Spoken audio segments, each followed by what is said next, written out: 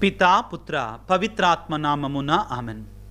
క్రీస్తునాథుని యందు మిక్కిలి ప్రియులగు సహోదరి సహోదరులారా, ఈ వాక్య పరిచర్యకి మిమ్మందరినీ ప్రేమతో ఆహ్వానిస్తున్నాను. అపోస్తుల కార్యాలు 2వ అధ్యాయము 1 నుండి 4 వరకు మరియు 11వ వచనము. పెంతెకొస్తు పండగ దినం వచ్చినప్పుడు వారందరూ ఒకచోట కూడి ఉండెరి.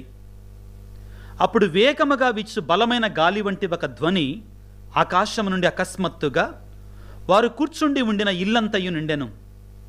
అప్పుడు అగ్నిజ్వాలలు నాలుకల రూపములో వ్యాపించి అక్కడ ఉన్న ఒక్కొక్కరి వైపు నిలిచి ఉండుట వారికి కనబడెను. వారందరూ పవిత్రాత్మచ నింపబడిరి. అప్పుడు పవిత్రాత్మ వారికి శక్తిని అనుగ్రహించిన కొలది వారు అన్య భాషలలో మాట్లాడసాగిరి. యూదులు, యోధమతమును ప్రవేశించిన వారు, క్రేతీయులు, అరబీయులు మున్నగు మనమందరము దేవుడు చేసిన గొప్ప కార్యములను గూర్చి వీరు చెప్పుచుండగా మన సొంత భాషలో వినుచున్నాము అని వారు విభ్రాంతి పొంది తబ్బిబ్బయి ఆశ్చర్యపడిరి. క్రీస్తునందు మిక్కిలి ప్రియులగు సహోదరి సహోదరులారా, ఈనాటి ఈ వాక్య పరిచర్యలో ఒక ముఖ్యమైనటువంటి అంశాన్ని మీ ముందు ఉంచాలి అనుకున్నాను.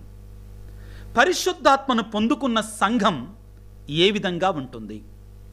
పరిశుద్ధాత్మను పొందినటువంటి, పరిశుద్ధాత్మ కలిగినటువంటి సంఘం ఏ విధముగా ఉంటుంది? అన్నిటికంటే ముఖ్యమైనటువంటిది ఏమిటంటే ప్రియులారా, ఆ సంఘములో ఐక్యత ఉండాలి. ఆ సంఘం ఏకతాటి మీద ఉండాలి. ఆ సంఘములో ప్రార్థనలో ప్రియులారా ఐక్యత ఉండాలి. ఎవరికి వారు యమునా తీరుగా ఉండకూడదు. పరిశుద్ధాత్మను పెంతెకొస్తు పండగ రోజున అపోస్తలులపైకి పంపినప్పుడు, దేవుడు పంపినప్పుడు అక్కడ వారిలో జరిగింది ఏమిటి అండి? ఎంతోమంది వచ్చారు. పెంతెకొస్తు అంటే 50వ రోజు. ఏ 50వ రోజు? ఇశ్రాయేలు ప్రజల ప్రియులారా, పాస్కా పండుగ అయిన తరువాత 50వ రోజున ఈ పండగ చేసుకునేవారు. కారణం ఏమిటి అంటే అప్పటికి వారి చేతికి పంటలు వచ్చాయి కాబట్టి వారి పంటలను దేవునికి సమర్పించేవారు. ఈ 50వ రోజున ఆ పండగలో పాల్గొవటానికి వివిధ ప్రాంతాల నుంచి, వివిధ దేశాల నుంచి ఎంతోమంది అక్కడికి వచ్చారు. వారి భాష ఒకటి కాదు, వారు మాట్లాడుతున్నటువంటి ఆ భాషలు ఒకటిగా వివిధ రకాల భాషలలో వాళ్ళు ఉన్నారు. అక్కడ ఎన్నో సంవత్సరాల క్రితం వాళ్ళు వెళ్ళిపోయారు, కానీ ఆ పండగకి మాత్రం అక్కడికి వచ్చారు. వచ్చినప్పుడు ఏం జరిగింది? పరిశుద్ధాత్మను పొందిన తర్వాత ఆ పెంతెకొస్తు పండగ రోజున పేతురు గారు లేచి నిలబడి మాట్లాడటం ప్రారంభించారు. వాక్యాన్ని చదువుకుంటే ఇక్కడ ఆ పరిశుద్ధాత్మను పొందిన తర్వాత అపోస్తులందరూ కూడా ఆత్మప్రేరణతో వాళ్ళు మాట్లాడుతూ ఉన్నారు, దేవునికి సువార్తను బోధిస్తూ ఉన్నారు. ఆశ్చర్యం ఏంటంటే అక్కడ ఎంతోమంది వివిధ రకాల భాషలు మాట్లాడే వాళ్ళు ఉన్నారు. కానీ ప్రియులారా, వీటిని మాట్లాడుతున్న ఒక్క భాష వాళ్ళ దగ్గరికి వెళ్ళేసరికి వాళ్ళ భాషలలో వినపడింది. భిన్నత్వాన్ని ఏకత్వంగా మార్చివేసింది పరిశుద్ధాత్మ దేవుడు. వారిలో ఉన్న విభజన తీసివేసి వారిలో ఐక్యతను ఏర్పాటు చేసింది. మీకోసం జాగ్రత్తగా ఆలకించండి. అక్కడ ఎన్ని భాషల వాళ్ళు ఉన్నారో మనకు అర్థమవుతుంది. అపోస్తుల కార్యాలు 2వ అధ్యాయము 8వ వచనాన్ని చదువుతున్నాను. వీరు మాట్లాడుచున్నది మనమందరం మన సొంత భాషలో వినుచున్నామేమి? వాళ్ళు ఆశ్చర్యపోయారు.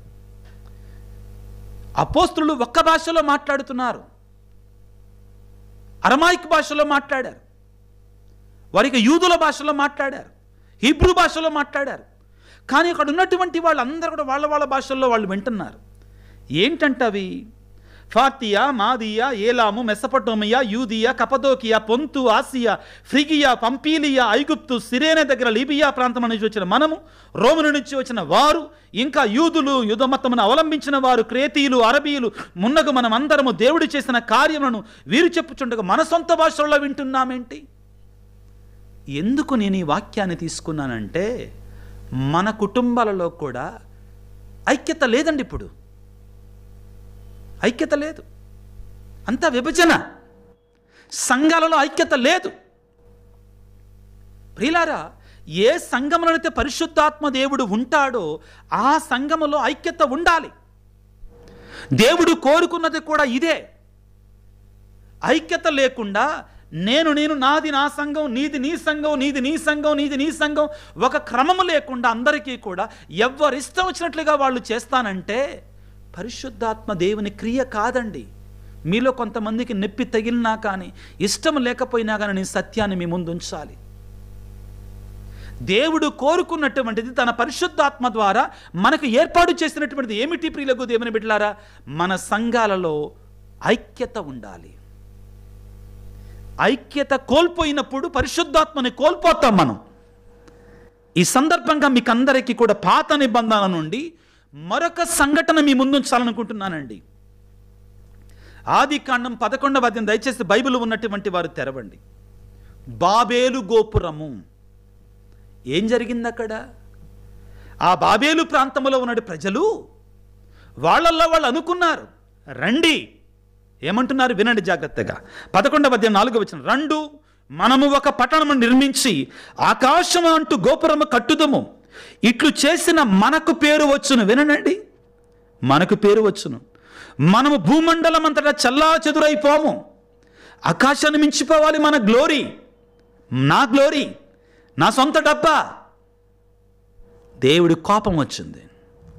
ఒకే భాష అప్పుడు దాకా. ఏం చేశాడు తెలుసా? అక్కడ దేవుడు 9వ వచనం 11వ అధ్యాయం ఆదికాండం 11వ అధ్యాయం 9వ వచనం, అక్కడ దేవుడు ప్రపంచమనందలి భాషలు, ప్రజలందరూ మాట్లాడు భాషను తారుమారు చేశాడు. కావున దానికి బాబేలు అని పేరు వచ్చింది. ప్రజలను చెల్లాచెదురుగా కొట్టేశాడు. ప్రియులారా, ఇక్కడ ఆత్మ లేదు, దేవుని యొక్క ఆత్మ లేదు ఇక్కడ.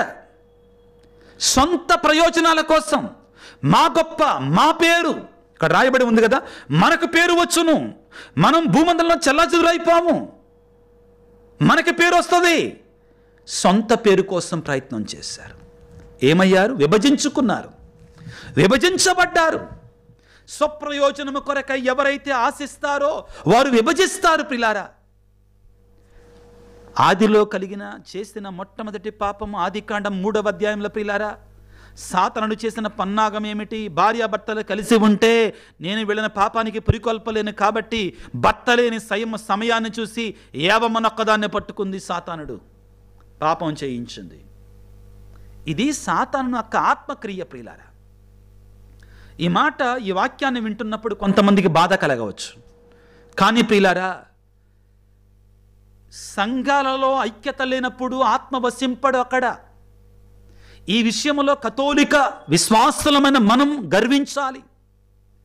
దేవుడు కోరుకున్నాడు ఒకే కాపరి, ఒకే మంద. నేను మంచి కాపరిని, ఒకే కాపరి, ఒకే మంద ఉండాలని పలుకుతాడు యేసయ్య 10వ అధ్యాయం యోహాను సువార్తలో. అప్పుడు పరిశుద్ధాత్మను మనం పొందుకుంటాం.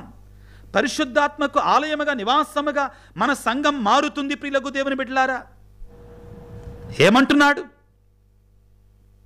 యోహాను సువార్త 10వ అధ్యాయము 10వ వచనం, నేను మంచి కాపరిని, మంచి కాపరి గొర్రెల కొరకు తన ప్రాణమును ధారపోయును.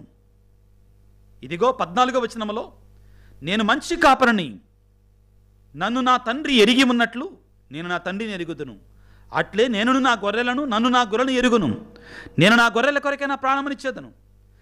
ఈ గొర్రెల దొడ్డికి చెందని వేరే గొర్రెలు నాకు కలవు, వారిని కూడా నేను తోడుకొని రావలేను అని పలికి అవి నా స్వరమును ఆలకించును. అప్పుడు ఒకే మందయు ఒకే కాపరియు ఉండును.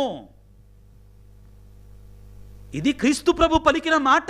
ఎవరు కాదనలేరు దీనిని. ఏంటి ఒకే మంద ఒకే కాపరి?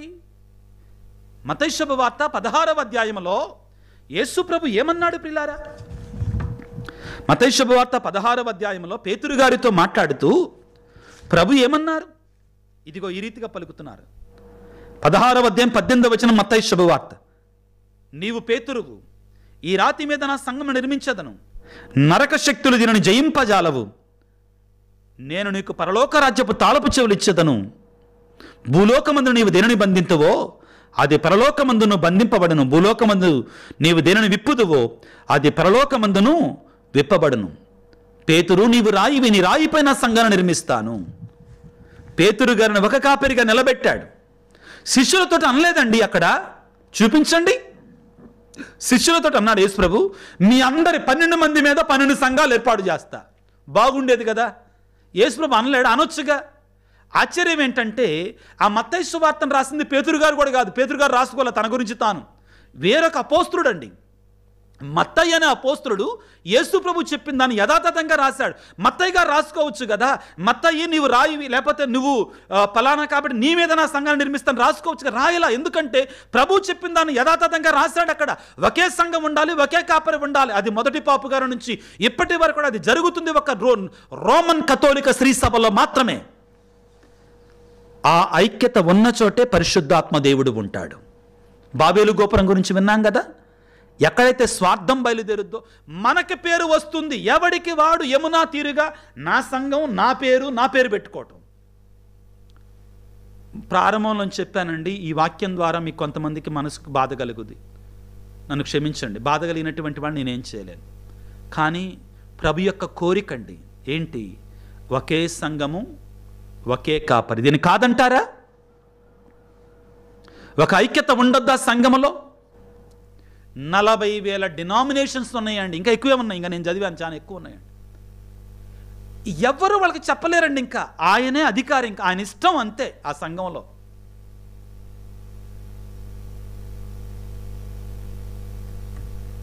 పెంతుకోస్తు పండగ మనకేమి నేర్పిస్తుందంటే సంఘాలలో ఐక్యత ఉండాలి.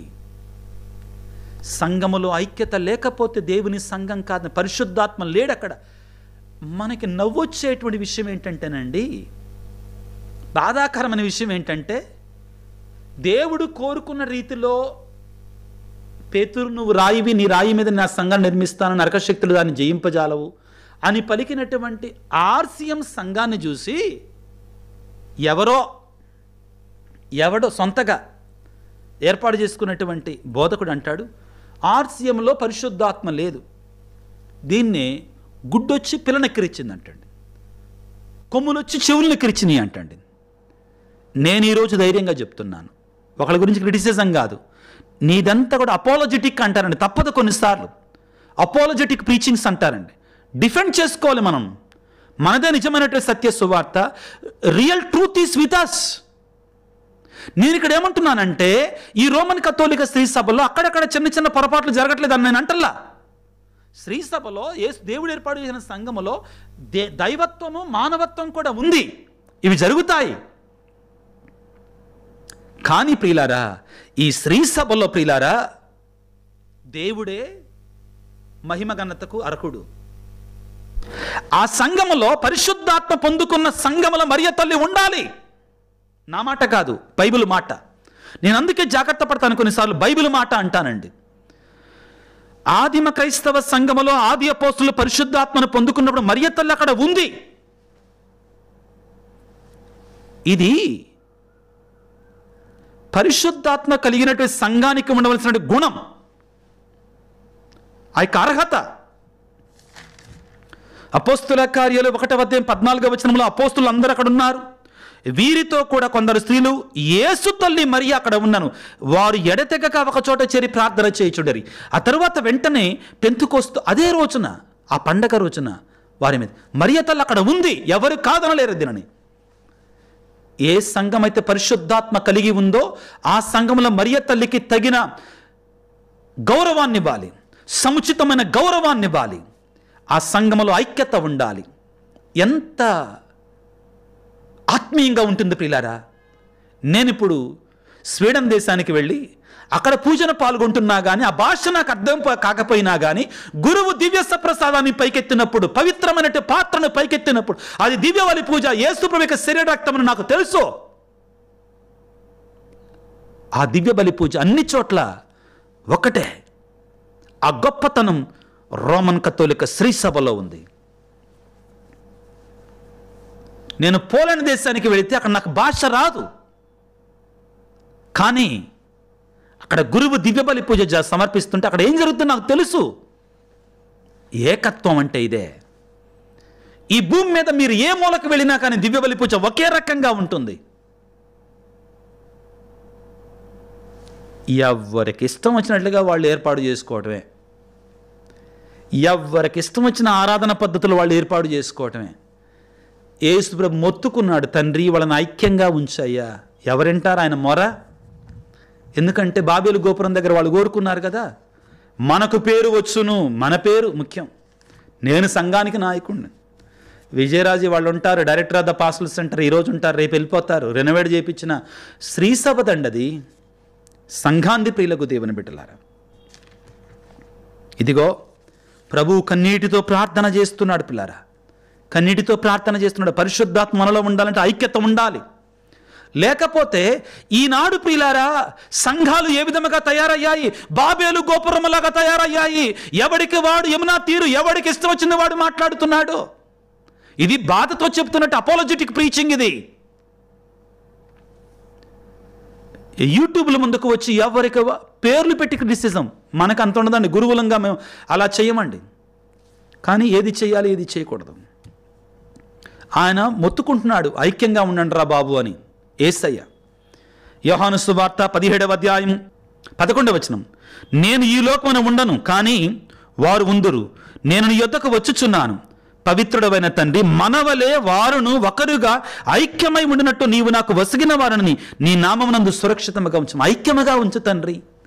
యేసయ్య చేసినటువంటి అతి పొడుగైనటువంటి ప్రార్థన ప్రియులకు దేవుని బిడ్డలారా, ఈ ప్రార్థన 20వ వచనం యోహాను సువార్త 17వ అధ్యాయం, వీరి కొరకు మాత్రమే కాక వీరి బోధ ద్వారా నన్ను విశ్వసించు వారందరి కొరకు ప్రార్థించుచున్నాను. యోహాను సువార్త 17వ అధ్యాయం 21వ వచనం, వారందరూ ఒకరుగా ఐక్యమై ఉండినట్లు ప్రార్థించుచున్నాను. ఓ తండ్రి, నేను నీ యందును నీవు నా యందును ఉన్నట్లు వారిని మన యందును ఉండనము. నీవు నన్ను పంపితివని లోకము విశ్వసించుటకు వారు ఒకరుగా ఐక్యముగా ఉండనిమ్ము.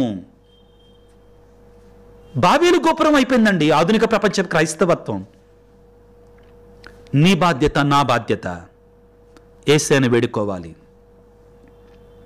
దేవుని కృప వలన ఇంగ్లాండ్లో చాలామంది పెద్ద పెద్ద బిషప్పులు కథోలికులు అవుతున్నారు ఇప్పుడు, సంఘాలతో పాటు చాలామంది అండి.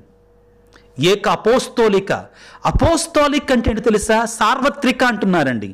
క్యాథలిక్ అంటేనే సార్వత్రిక, కథోలిక శ్రీ సభ అంటేనే సార్వత్రిక. అంటే ప్రభువుని వేడుకుందాం. పరిశుద్ధాత్మను పొందాలి అంటే సంఘం అంతా కూడా, భూమి మీద ఉన్న సంఘం అండి. సంఘం అంతా అంటే ఇక్కడ మళ్ళీ ఎలా వివరిస్తారంటే, మా సంఘం మా పాస్టర్ గారి కింద, క్షమించండి, మా బోధకుడి కింద ఐక్యంగానే ఉంటుంది, ఒకటిగా ఉంటుంది, మనం ఐక్యంగా ఉండాలి. అది కాదండి ప్రభు అన్నది. క్రీస్తును విశ్వసించే వాళ్ళందరూ, భూమి మీద ఉన్నటువంటి వాళ్ళందరూ కూడా క్రీస్తు నామంలో ఒకటిగానే ఉండాలి, ఒక తాటి మీద ఉండాలి, ఒక కాపరి, ఒకే మంద. అదే దేవుడు ఏర్పాటు చేసిన కాపరి పాపు గారి యొక్క ఆధ్వర్యంలో. దేవుని వేడుకుందాం పిల్లారా. మన కుటుంబాలలో ఐక్యత కావాలంటే పరిశుద్ధాత్మ దేవుడు కావాలి. తలలు వంచి ప్రార్థన చేసుకుందాం. సర్వశక్తిమంతుడా, సర్వోన్నతుడా, ప్రేమమయుడా, అలనాడు పరిశుద్ధాత్మ వేంచేసి వచ్చినప్పుడు అపోస్తుల కార్యాలు 1వ అధ్యాయం 14వ వచనంలో వారందరూ ఐక్యమై ఎడతెగక ప్రార్థన చేయుచుండరి అని రాయబడి ఉంది. అపోస్తుల కార్యాలు 2వ అధ్యాయం 1వ వచనంలో పెంతుకొస్తు పండగ దినం వచ్చినప్పుడు వారందరూ ఒక చోట గుమికూడి ఉండేది, ఒకటిగా ఉన్నారు. పరిశుద్ధాత్మను పొందాలంటే ఐక్యత ఉండాలి అని బోధించావు. కానీ బాబేలు గోపురాన్ని నిర్మించినటువంటి ఆ ప్రజలు ప్రభువా నిన్ను వ్యతిరేకించినప్పుడు వారి మధ్యలో వ్యతిరేకించిన వారిలో చీలికలు సృష్టించావు, భాషలు తారుమారు చేశావు. కానీ పరిశుద్ధాత్మ వేంచేసి వచ్చినప్పుడు అక్కడ ఉన్న వివిధ ప్రదేశాల నుంచి వచ్చినటువంటి వారు ఒక భాషలో వినగలిగారు ప్రభుగా. ఐక్యత, ఏకత్వం. ఈనాడు ప్రత్యేకంగా శ్రీ సభ కొరకై, పాపుగారి కొరకై, నడిపిస్తున్న బిషప్పుల కొరకై ప్రార్థన చేస్తున్నా, గురువుల కొరకై వారందరిని ప్రభువా కలిసికట్టుగా ఉంచండి. ఈ ఆధునిక ప్రపంచంలో దేవా, శ్రీ సభలో ప్రభు ఐక్యత, ఎక్కడైతే కొన్ని మేత్రాసనాలు, కొన్ని విచారణలో చిన్న చిన్న డిస్టర్బెన్సెస్ ఉంటున్నాయో, చిన్న చిన్న వైరుధ్యాలు, విభజనలు ఉంటున్నాయో, భాష పేరిట, వర్గం పేరిట, కులం పేరిట ఈ యొక్క విభజనలు సృష్టిస్తున్నారు. అట్టి వారిని ప్రభువా నీ పరిశుద్ధాత్మ శక్తి చేత నింపండి, మార్చండి, మలచండి, ఆత్మవశము చేయండి.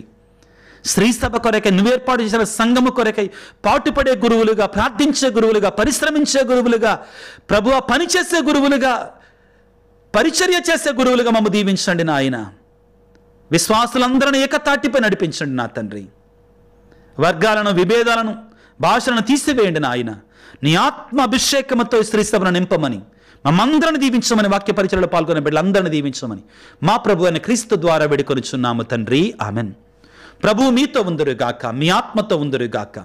సర్వశక్తి గల సర్వేశ్వరుడు పిత, పుత్ర, పవిత్రాత్మ మిమ్మందరిని చల్లగా దీవించి ఆశీర్వదించి కాపాడుదురుగాక. God bless you. దేవుడి దీవించుగాక. ఆమేన్.